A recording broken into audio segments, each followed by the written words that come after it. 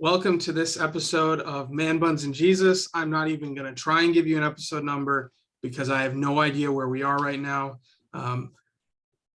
If you're listening on Podbean, that's great, but there are more convenient ways to listen. I kind of plug right at the beginning. We are now officially on all of the podcasting platforms I've ever heard of. We're on Google, we're on Apple, we're on Spotify, we're on iHeartRadio, we're on FM something, and Pandora is still pending because apparently they take their review process very, very seriously.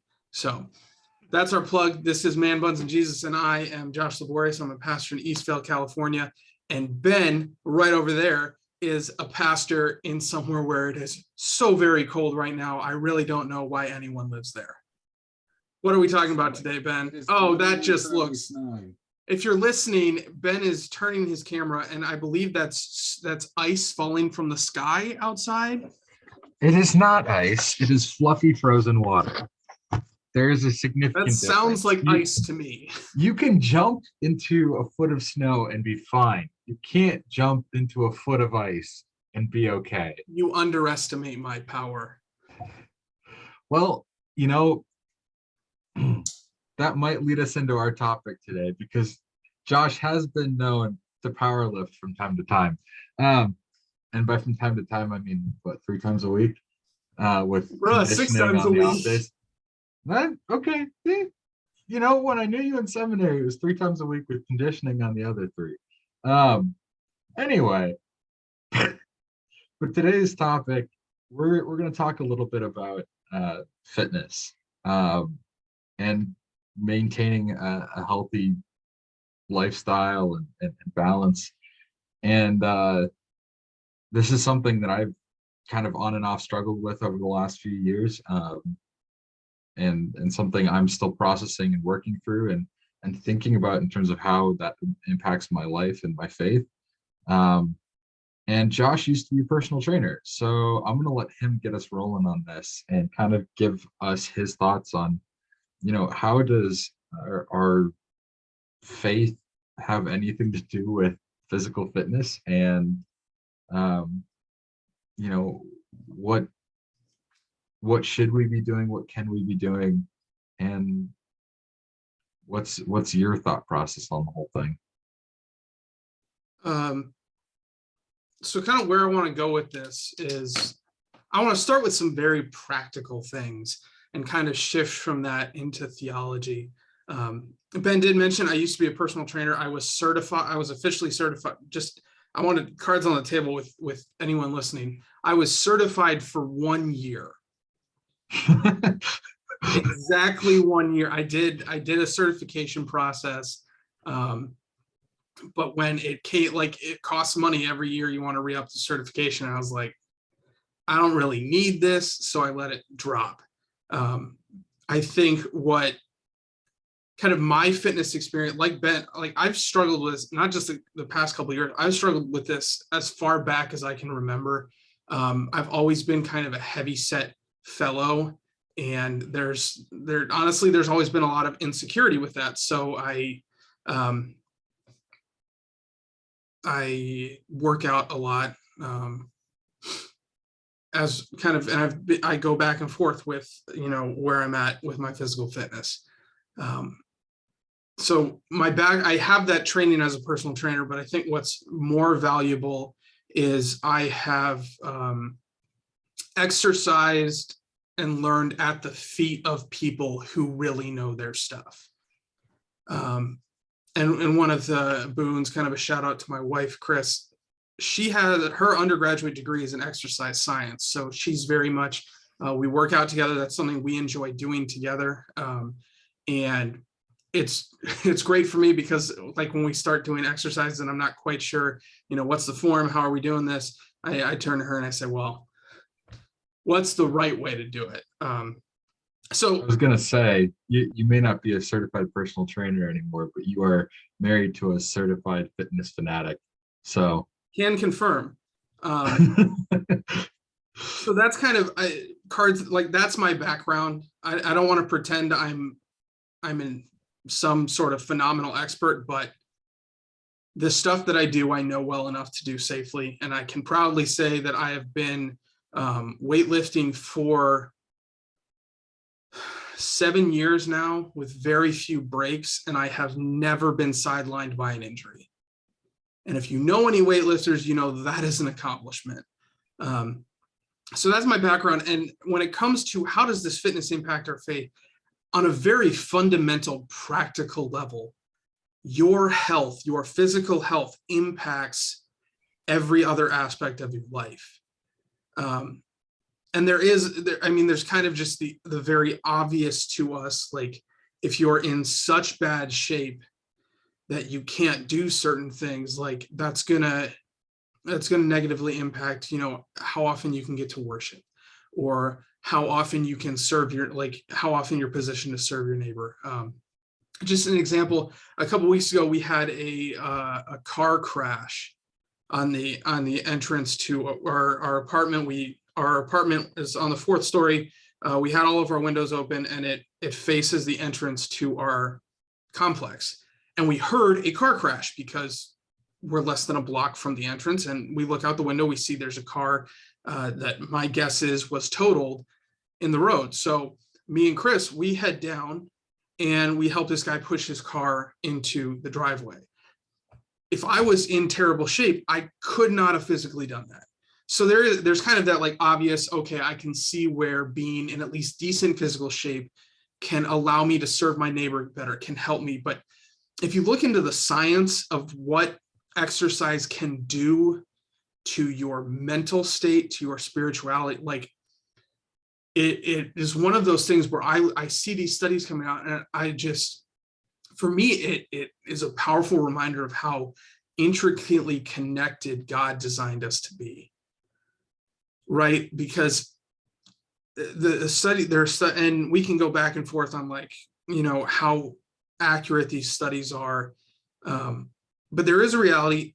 If you're in better shape, you sleep better. You're more rested, and that's going to impact how much self-discipline you have in all of your life. That's going to impact how you treat your kids. That's going to impact how willing you are to get up for church on Sunday morning. There's another reality that when you are exercising self-discipline and forcing yourself to exercise, self-discipline is just like any other muscle or any muscle in your body. The more you use it, the more you have. So it's easier to resist temptation if you kind of practice that self-discipline. And there's also a chemical reality that when you exercise, it helps. Science or research has shown that it can reduce feelings of depression and other like anxiety, like mental illnesses. Physical exercise impacts. So all of this kind of practical reality that we're seeing play out in research is exercise does have an impact on how you think, on how you feel. And all of these are the realm of your faith. So there's that practical reality, but I think what is almost more powerful if you're in the faith is, I think there's a theological push for, at very least, physical wellness. This isn't like saying, well, you need to be running marathons or you need to be like, you don't necessarily have to be great at exercise, but I think there is a theological rationale for wellness. And this is kind of where I want to see what you think, because I think one of the problems we face is, and I'm speaking for American Christianity because that's what I'm familiar with. In American Christianity, we've kind of separated the spirit and the physical. So we say, well, my faith isn't impacted by my body, but in our theology, if you look at scripture, and honestly, if you look at our confessions, those are not separate things. God created us as a whole person. And what research is showing is just that same reality, that our spiritual health, our mental health, our faith health is connected to our physical health. And if you don't take care of one, it's going to have a negative impact on the other. So that's kind of the theology. I'd love to hear what you have to say about that. So just to make sure that I'm on the same page you're at here, I think a lot of the things that you've pointed to is basically like, if we want to kind of bring this into a more theological languagey kind of thing, just keeping yourself healthy, the benefits of keeping yourself healthy uh, can significantly help you in terms of giving the devil less tools to play with in his playbook for temptation. Because if you are feeling good, feeling awake, in good temperament because you've rested enough, if you're not, screaming at your stomach to stop turning over every 2 minutes because you ate something you shouldn't, like all of those things are going to put you in a better mindset to look, listen, and respond to the things that are around you in a way that is godly and pleasing. Is that a fair sum? Okay. So I'm actually coming at this from a little bit different perspective, I think. And where my head immediately goes when I think about this is stewardship. Just because, like, of all of the gifts that we talk about our time, we talk about our talents, we talk about our treasures, right? So we're talking about the time we have on earth, the time we have available to us in a given week. We talk about the things that we are capable of doing. We talk about the things that we have. But when we talk about each of those things, they're all kind of related to our physical person. Like, you only have as much time as you have energy for. You only have as much capability as your body is physically able to do. And of your treasures, perhaps the greatest is the fact that you are I'm assuming listening to this, you are a living, breathing human being. And that means that you have a body, you have. That's a bold assumption, Ben, that we don't have dead listeners. Yeah. Unless somebody's playing this podcast at a funeral, which just. That would be weird. Maybe don't do that. I don't know if I want our podcast being associated with that. Anyway, all of that is to say, I think, like, if we think about our health in terms of stewardship, I think that can go a long way. Because, I mean, there are numerous courses on, like, how you can effectively plan your schedule to care for yourself and your family in a godly way. There are resources about how you can grow in your skills and abilities, especially related to doing work for the faith. There are all sorts of resources on how you can steward your wealth, your possessions, in such a way that is smart and ensures that you're using them wisely. But then we don't take that extra half step and go, so how are we stewarding ourselves, like our physical selves? And I think a piece of that is really interesting and important is there's like a very eschatological, here's my big theology word of the day, eschatological. That means the end of time, guys. Thank you, Josh. There's a very, like, eschatological reality to our bodies. In Revelation, the way that God goes about bringing the end of time is that he brings the dead back from the dead in their bodies. And those he blesses because of the righteousness of Christ, he recreates those bodies into the form that they were always intended to have.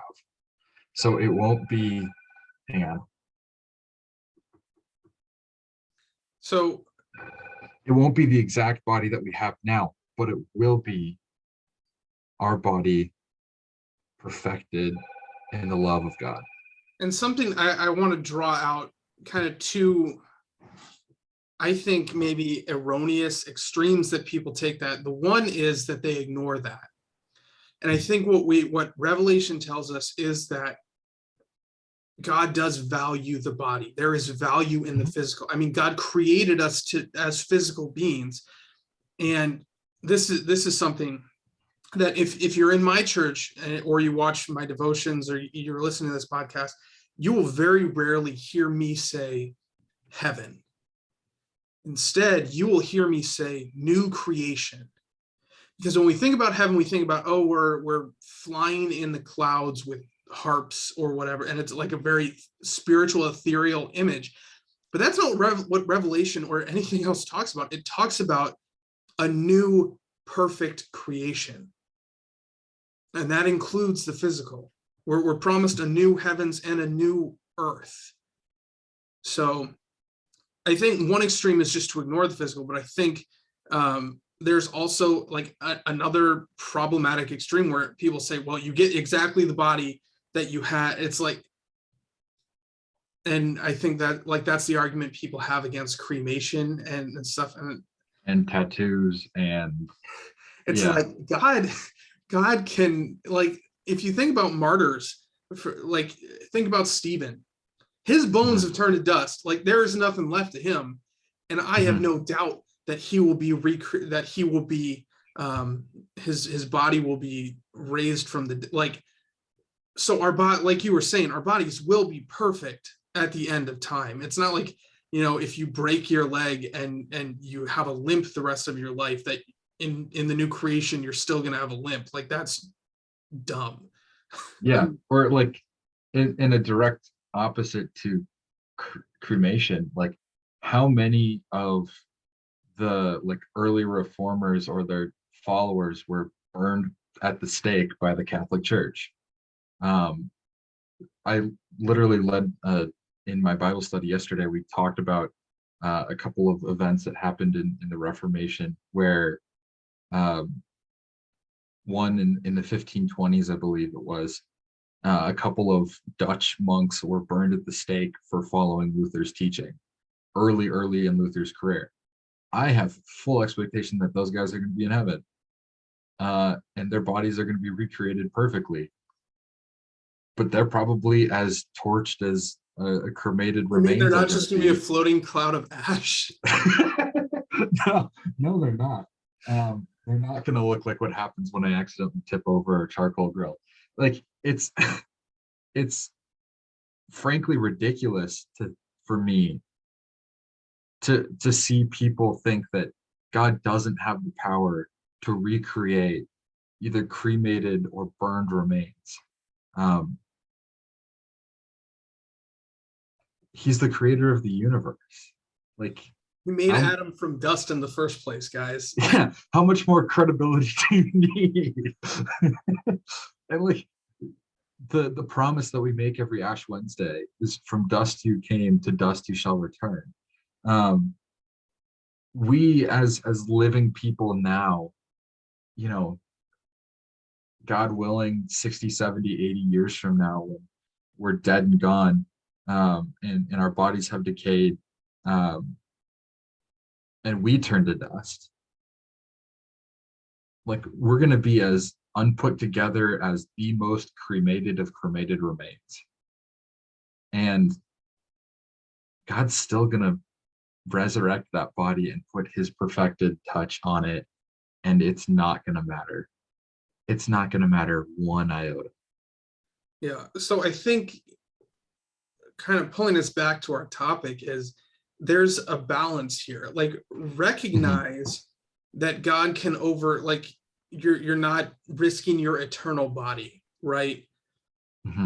But the driving point here is that God does care about our physical being. I mean, and you can look to Jesus' ministry, you can look to examples of, you know, he fed people. It mattered that people were fed, and maybe this should be another podcast, but I'll add it to our topic list. And I think one of the reasons that we struggle with this so much is because I think as in America, we're such a sedentary, frankly, gluttonous society that I think part of the reason we have to even talk about the exercise issue is because we have those issues as well. But all of this to say is that as a Christian, like you should be taking care of your body, and that looks different from different people, right? For me, that looks like weightlifting and doing high intensity interval training. 6 days a week. There are a lot of people who that's not the stage of life they're in anymore. Like,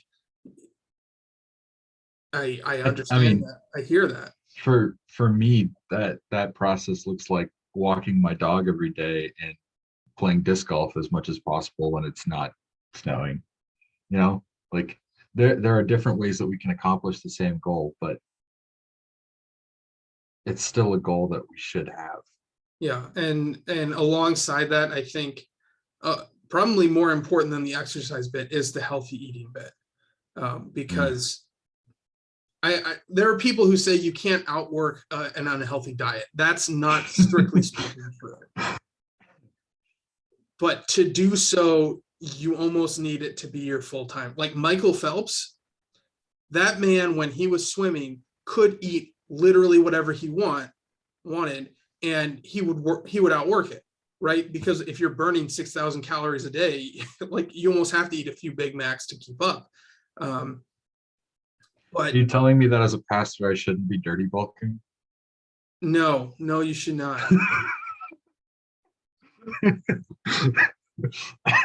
For those of you who are unfamiliar, and I'm about to talk about some like exercise tips, so maybe we need to cover some of this slang quick. A dirty bulk.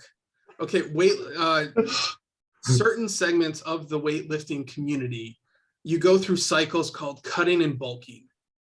So bulking is you're putting on weight with the intention of getting stronger, right? Because it's very, very hard to get stronger while losing weight. Because what weightlifting is it's incredibly high intensity energy burn in very short periods of time. So you need energy sitting around, right? If you're going to squat 600 pounds, you need a ton of energy for your muscles to burn all at once.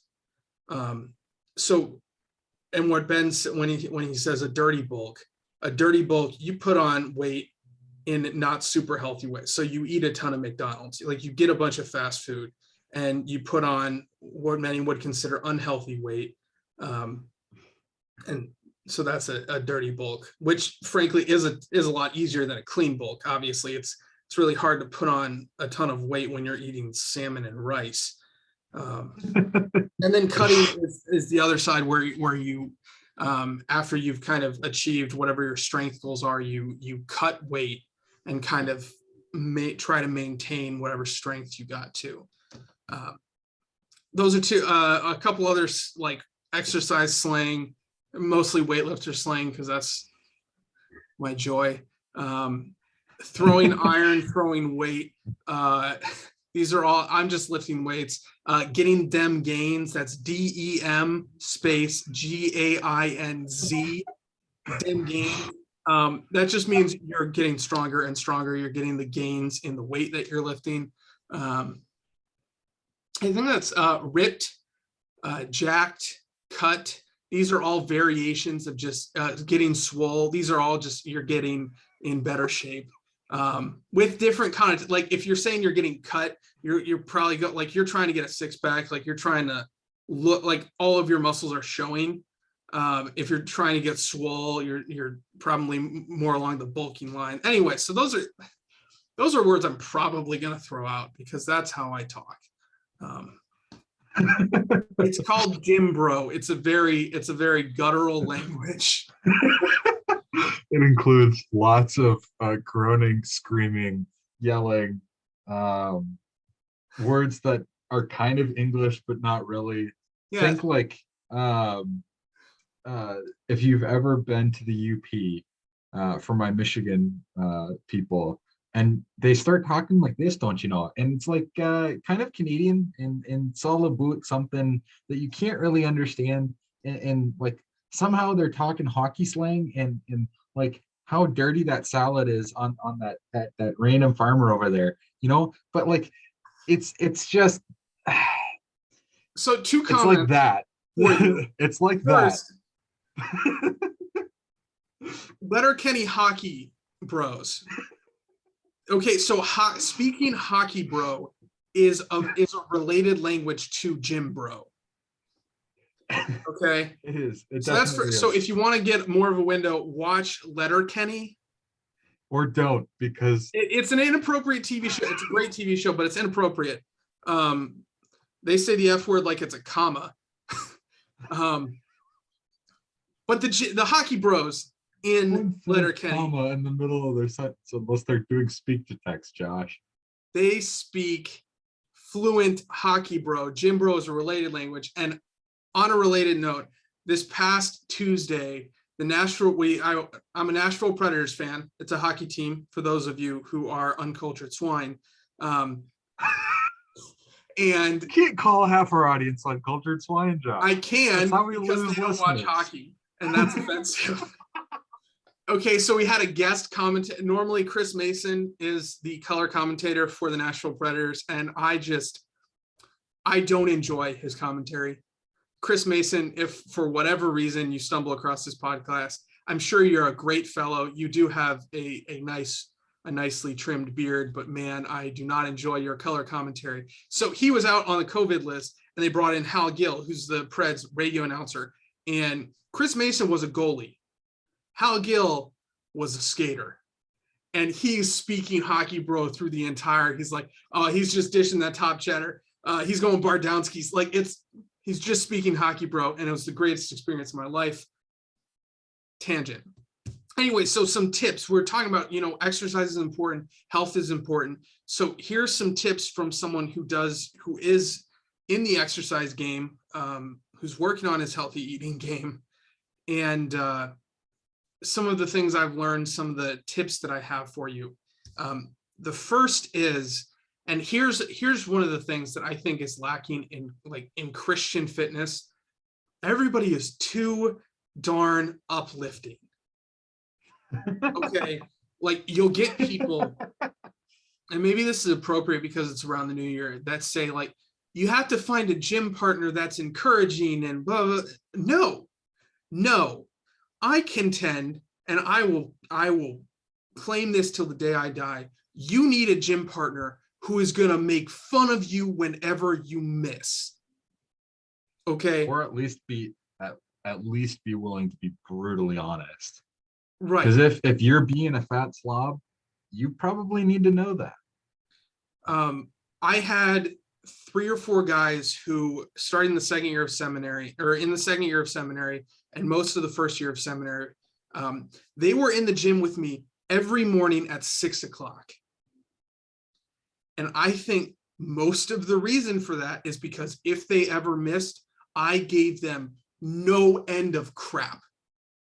And everyone else who was there that morning gave them no end of crap. Okay. You don't skip the gym when you're going to get called chicken legs for the next week if you miss leg day. Okay. So that's my tip number 1. If you recognize that you do need to get into some form of exercise, I do encourage you, get a workout partner that will make fun of you for skipping. Okay. Shame is an effective tool. Just saying. Or at least be honest. Another tip I have for you is, unless you are like totally anti-morning, get your workouts done in the morning. And my simple rationale for it, well, I have 2 rationale. One is encouraging, one is just reality. The encouraging one is, if you start your day with a workout, then no matter what you do for the rest of your day, at least you accomplished that. The more practical thing is, the longer, like if you work out in the morning, you don't have enough time to talk yourself out of it. And the day doesn't have time to throw other things in your way. Like no one schedules a meeting suddenly at 6 a.m. But if you're at work, you work all day, maybe toward the end of the day, you get called into a meeting that goes pretty long. You don't get home till 8 o'clock. You're not working out. Scheduling doesn't frequently change that early in the morning. So just get it done in the morning before anyone else has time to take your time away. There's a reason that as pastors and a lot of other people will tell you to get your devotional time done first thing in the morning. And it's basically for the same reason. It's like it's hard to find like interruptions in the morning. It's a lot easier at the end of the day. Right. so that's kind of some tips around exercise, but I think some tips for exercise itself is you have to find something you enjoy, and you have to find balance, because there is a reality that you are not going to enjoy everything you need to do. Mhm. But you have to find something you enjoy that keeps you coming back. Because if you absolutely hate every minute of your workout, you're not going to be able to keep up with it. So for me, I love weightlifting. So that's what I start with. Every morning we go down and we lift weights. That's what we start with. And then I do my cardio because I recognize I need the cardio, but I enjoy the weightlifting, even though I maybe don't need that as much at this point in my life. So you have to have balance with that. And you say, well, what am I balancing? Typically, there are five pillars of physical fitness. Okay, flexibility, muscular strength, muscular endurance, cardiovascular endurance, and body composition. Right. So in my example, my weightlifting takes care of my muscular strength, my muscular endurance. My cardio takes care of the cardiovascular. I stretch to help with flexibility. My body composition isn't where it needs to be, but we're working on it. And you might say, well, how do I do any of this? Seek out resources. Maybe that does look like you go to a gym, you get a personal trainer, and they kind of walk you through. A lot of gyms, especially around New Year's, they'll give you a deal where you sign up for a few months and you'll get like 4 or 5 sessions with a personal trainer to start with. Take advantage of them because they know what they're doing. At the very least, they'll teach you how to not hurt yourself while exercising. Online, there are a lot of great resources. The 2 resources that I think are the best that I would point you to, there's Exercise RX, as in exercise prescription. Exercise RX has a lot of really good resources. And so does bodybuilding.com. Bodybuilding.com, especially for the weightlifting, they have a lot of videos with like safety tips. Like if you're doing a deadlift, never, ever bend your back, because that's how you throw out your back, straight back, all the way up and down. And like they'll have a video kind of showing you the tips on how to do that. So seek out those resources. Because you don't want to hurt yourself doing the exercise, right? So those are some of my practical tips for the exercise side of things. Or you can just walk your dog aggressively like Ben does. Yeah. Well, I mean, she chases everything, smells everything. So it's a bit of an arm workout too, because you gotta be, she's a almost 60-pound dog. So yanking her off of a dead animal that's on the side of the road is a difficult task from time to time. Anyway, let's move to some takeaways here, Josh. What is your big takeaway from the day,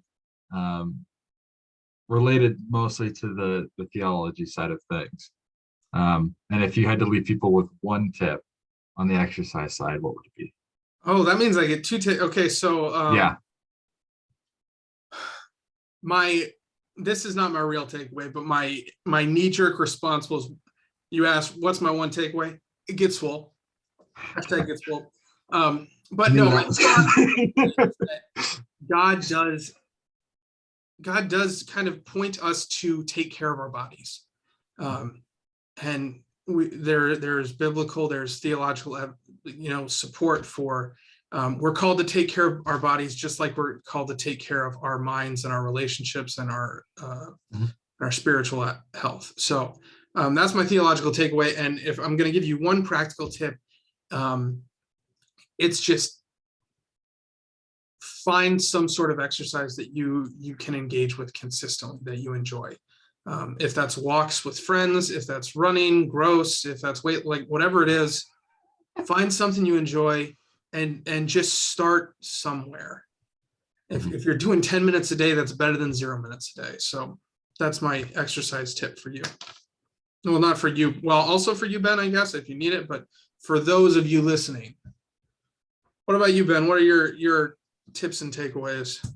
So my theology takeaway, I really like the perspective that you brought of it just being healthy is a way to help us better be on top of the ways that we're tempted. I think that's a big kind of piece of why we should stay healthy, maybe from more of like a stick than a carrot perspective, but it's still a reason to do it.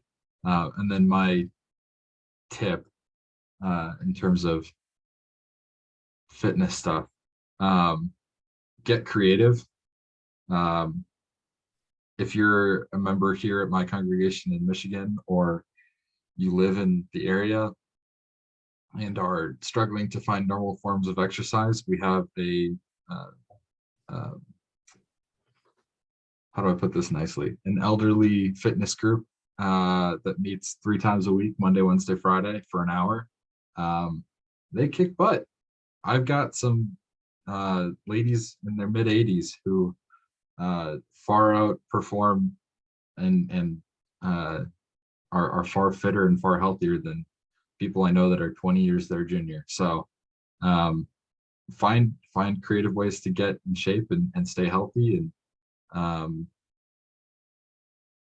you never know what resources might be just around the corner.